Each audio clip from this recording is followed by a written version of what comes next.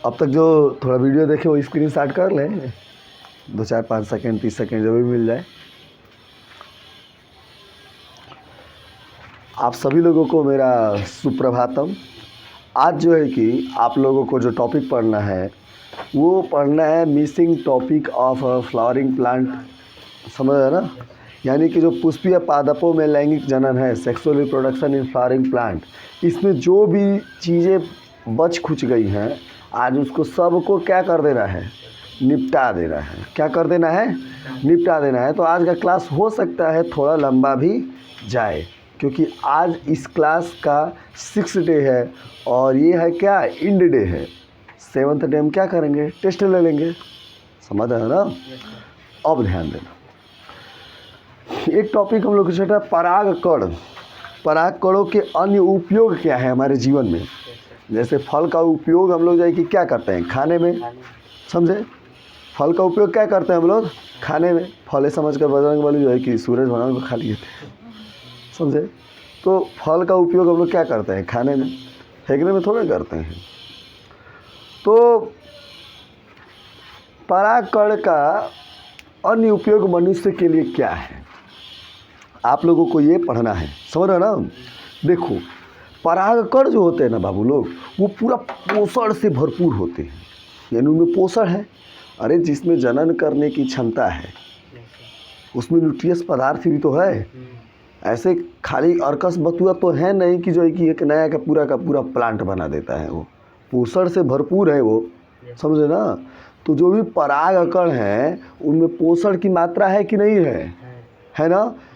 तो वो परागकण जो है कि तुम लोग को बताया था, परागकण में एक वेजिटेटिव सेल है, यानी कि एक वर्धी केंद्रक है और एक जनक केंद्रक है, और वर्धी केंद्रक ही पोषण प्रदान करती है जनक केंद्रक को, बताया था ना?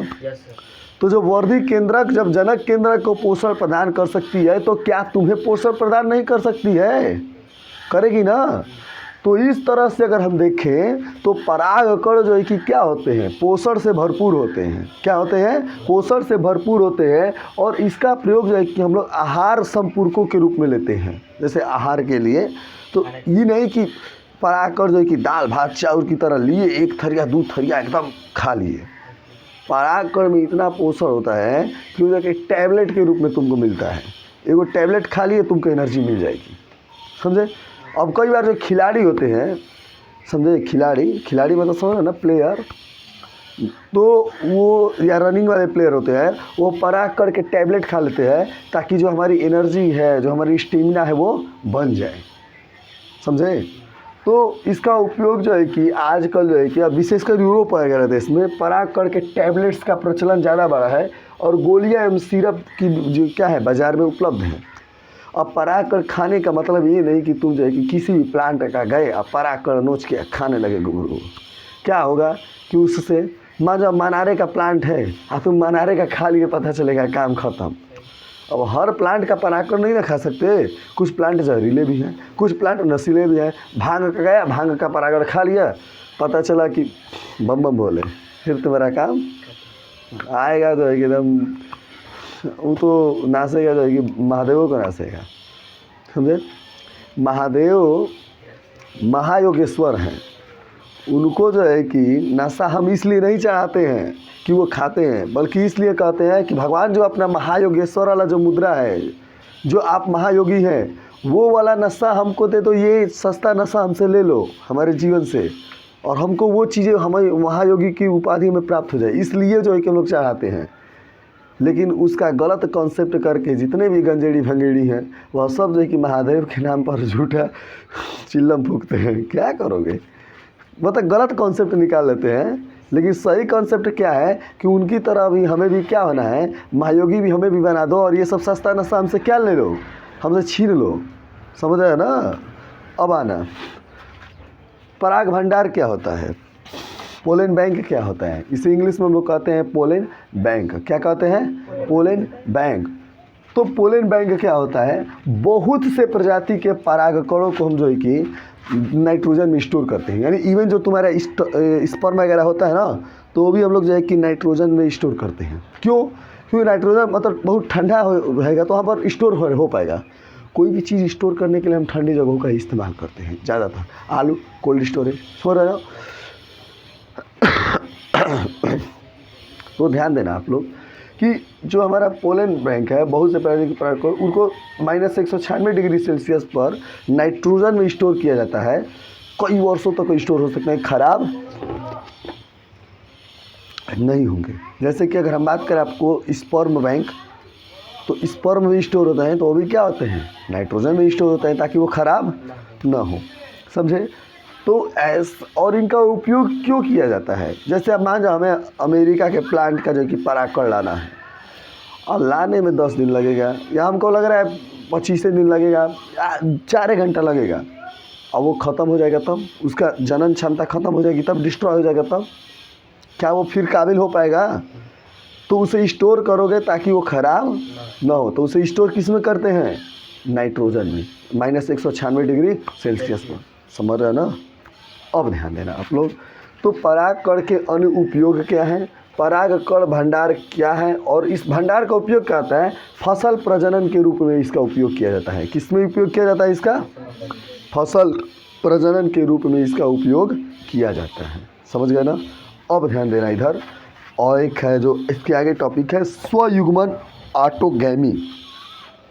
स्व मतलब खुद, ऑटोगैमी मतलब जो प्लांट पर एक ही पुष्प है, एक ही पुष्प पर, इधर सुनो, एक ही पुष्प है, बाइसेक्सुअल फ्लावर है, और उसका वर्तिकाग्र और उसका परागकोश बिल्कुल चिपके हुए सटे हुए हैं, तो उनमें चांसेज ही नहीं है कि किसी दूसरे पुष्प का परागकोश उसके वर्तिकाग्र पर पड़े, चांस है नहीं है। तब जो है कि अगर हम बात करें तो इस प्रकार का परागण उसी पुष्प के ही अंदर होता है, यानी सेम पुष्प के ही अंदर होता है। तो ऐसे परागण को हम लोग कहते हैं स्वयुग्मन ऑटोगैमी, और इसका एग्जाम्पल होता है वायोला और ऑक्जेलिस। वायोला और ऑक्जेलिस ऐसे प्लांट हैं जो बिल्कुल इनके परागकोश और इनके वर्तिकाग्र बिल्कुल चिपके हुए होते हैं, और सेम पुष्प का ही परागकोश सेम वर्तिकाग्र पर गिरता है, इसलिए ऐसे प्लांट को हम लोग कहते हैं स्वयुग्मन ऑटोगैमी। क्या कहते हैं, स्वयुग्मन ऑटोगैमी, समझ रहे हो। बी केयरफुल, ध्यान देना। सजात पुष्पी परागण किसे कहते हैं, ध्यान देना। सजात मतलब क्या होता है, एक ही जात।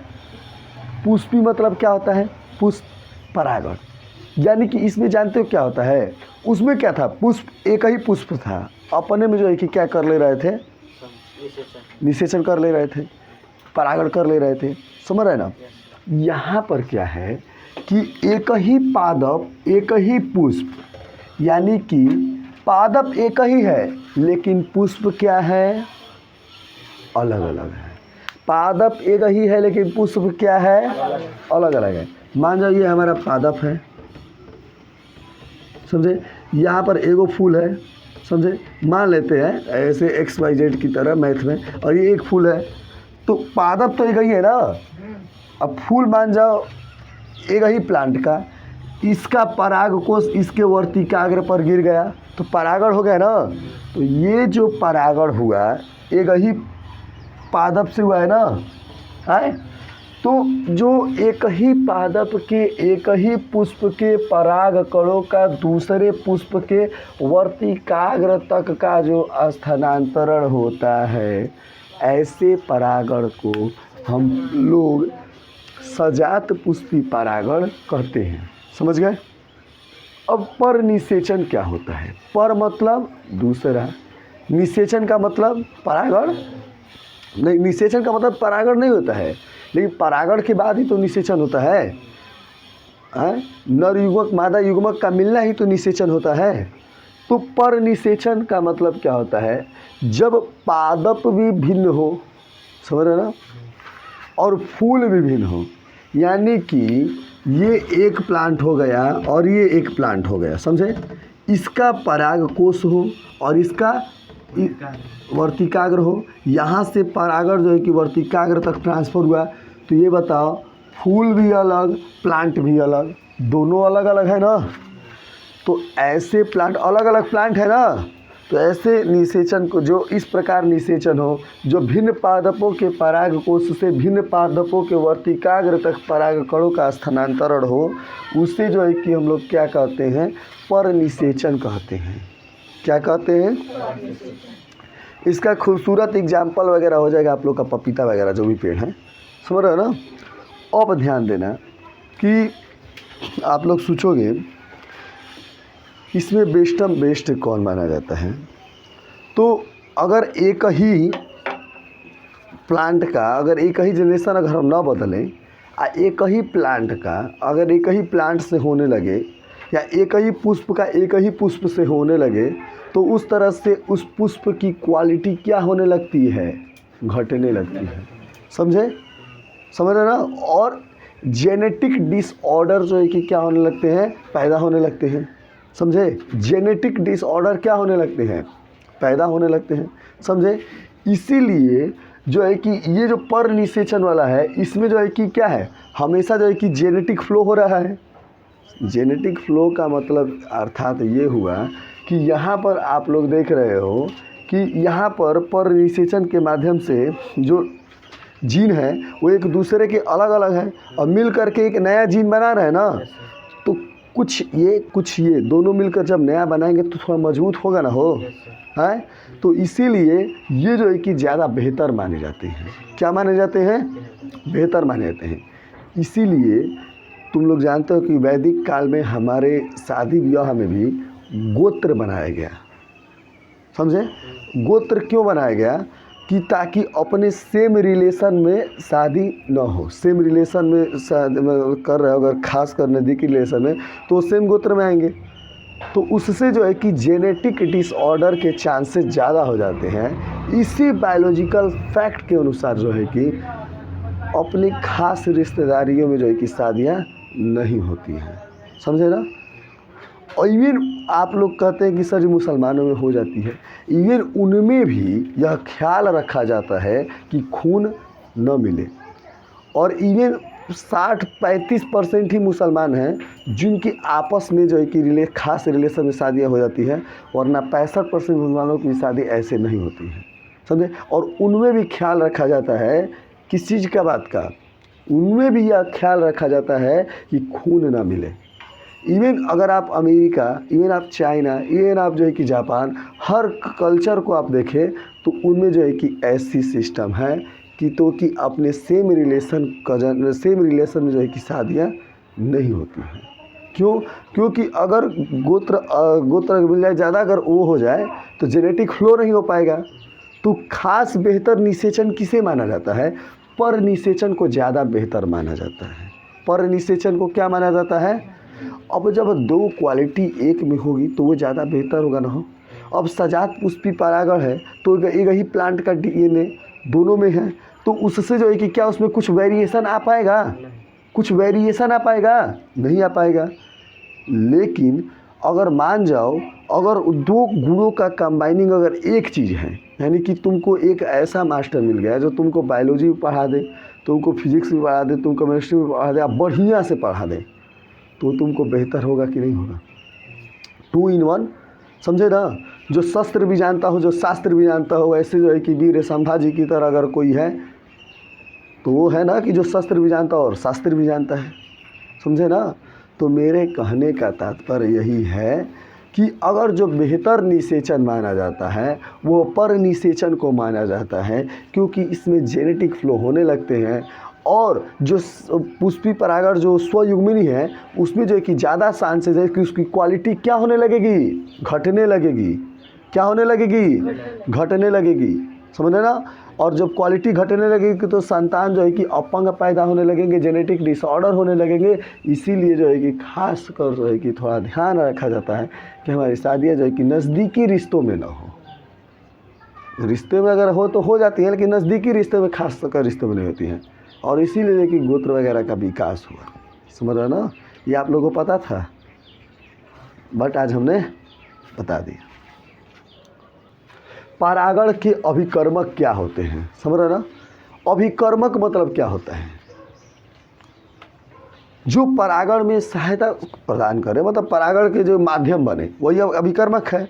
तो परागण के कितने माध्यम होते हैं? 3, जल वायु जंतु। कौन होते हैं? जल वायु जंतु। तो जो जल वाले प्लांट हैं, सारे एक्वेटिक प्लांट जो है कि जल के माध्यम से परागित नहीं होते हैं। जो एक्वेटिक प्लांट के अंदर ही उनके परागण होते हैं, या प्लांट के अंदर ही उनके परागण मतलब मौजूद होते हैं, वर्तिकाग्र मौजूद होते हैं, तो उनके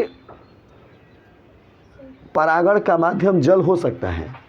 लेकिन जैसे जल कुंभी हो गया, जल कुमुदनी हो गया, उनका फूल पानी के नीचे होता है या पानी के ऊपर होता है? फूल पानी के ऊपर होता है। फूल पानी के ऊपर होता है, जल कुंभी और जल कुमुदनी का। तो ऐसे एक्वेटिक प्लांट जिनका पुष्प पानी के ऊपर हो, तो उनमें जो है कि परागण पानी से होगा या हवा से होगा, कीट पतंगों के द्वारा होगा? कीट पतंगों के द्वारा, हवा के द्वारा होगा, जल से तो होगा नहीं। तो सारे एक्वेटिक प्लांट जो है कि जल के द्वारा परागण नहीं करते हैं, समझे? तो जल के द्वारा परागित होने वाले जिनमें जो है कि परागण के जल माध्यम है, जल जो है कि परागण का माध्यम है, वैसे प्लांट का एग्जाम्पल है वेलिस्नेरिया और हाइड्रा। क्यों? क्योंकि ये प्लांट के नीचे ही उगते हैं। तो क्या प्लांट के नीचे घुस के जो है कि मक्खी आ जाके डूबेगी, ऐसे ना उसमें घुसेगी पानी के नीचे? नहीं ना। लेकिन जो है कि अगर बात करें, जलकुंभी हो गई, जलकुमुदनी हो गई, आप लोग देखते हैं जलकुंभी का नीला नीला फूल ऊपर होता है, जलकुमुदनी जो है कि सफ़ेद सफ़ेद फूल होता है, वाटर लिली कहते हैं। इन दोनों का जो फूल है वो ऊपर होता है। तो ऐसे प्लांट एक्वेटिक प्लांट हो करके भी परागण का माध्यम इनमें क्या होता है? हवा और जीव जंतु ही होते हैं, समझ गए? वायु भी जो है कि माध्यम परागण का बन जाती है, परागण का तैरती रहती है। वायु परागण बहुत छोटे छोटे होते हैं, समझे ना? अब ध्यान देना, जीव जो जंतु के द्वारा जो कीड़े मकोड़े हैं, समझे? तो वैसे फूल जो कीड़े मकोड़ों के द्वारा जो है कि परागित होते हैं, यानी उनमें जो परागण होता है वह कीड़ों मकोड़ों के द्वारा होता है। तो वैसे फूल जो है कि क्या होते हैं? बिल्कुल सुगंधित होते हैं। सुगंधित होते हैं ना, बिल्कुल उनमें जो है कि मकरंद होंगे, बिल्कुल सुगंधित होंगे, उनका रंग बिल्कुल आकर्षक होगा। जैसे आप लोग देखना गुलाब का फूल कितना उसका आकर्षक रंग होता है, देख करके ही मन एकदम गदगद हो जाता है, समझे? या फिर देखना आप लोग सूंघ करके तो मन फुआ जैसा फूल जाता है कि नहीं? एकदम एकदम ऐसे पेट हो जाता है सूंघ करके, समझे? और जो है कि अगर हम बात करें आप लोगों को, अड़हुल का फूल है, फिर जो है कि आप लोग देख लेना चमेली का फूल है। तो ये सब फूल जो अपना परागण जो है कि जीव जंतुओं के माध्यम से करती हैं, वह सब फूल जो है कि क्या होती हैं? अक्सर सुगंधित होती हैं और उनका रंग जो है कि आकर्षक होता है। आखिर इनका रंग आकर्षक और उनमें सुगंध क्यों होता है? ताकि ये जो कीड़े मकोड़े हैं ये जो है कि अट्रैक्ट हो जाएं, समझे? तो कीड़े मकोड़े ही अट्रैक्शन से अट्रैक्ट होते हैं, समझे? तो बाकी आप लोग कीड़ा मकोड़ा मत बनिएगा, सही बता रहे हैं। आप लोग ये कि नहीं कि अट्रैक्शन से जो है कि कीड़ा मकोड़ा बन जाइएगा, अट्रैक्ट हो जाइएगा। आप लोग जो है कि कैरेक्टर से भले अट्रैक्ट होइएगा, कैरेक्टर से भले बनिएगा, लेकिन आप लोग अट्रैक्ट होइएगा ये सुगंध, मकरंद और आकर्षक रंग, बाहरी स्ट्रक्चर से आप लोग जो है कि जीवन में अट्रैक्ट मत होना। कैरेक्टर से अट्रैक्ट हो जाना भले किसी के, समझ रहे ना? अगर तुम आकर्षक रंग और बाह्य सुगंधित इन सब चीज़ों से कोई एकदम बढ़िया एकदम वैसे पहले एकदम परफ्यूम में मार लिया है, वैसा है, अगर केवल उसको देख कर अगर तुम अट्रैक्ट हो गए तो तुम्हारी गिनती किस में होगी? कीड़े मकोड़े में होगी। यानी कि तुम क्या हो?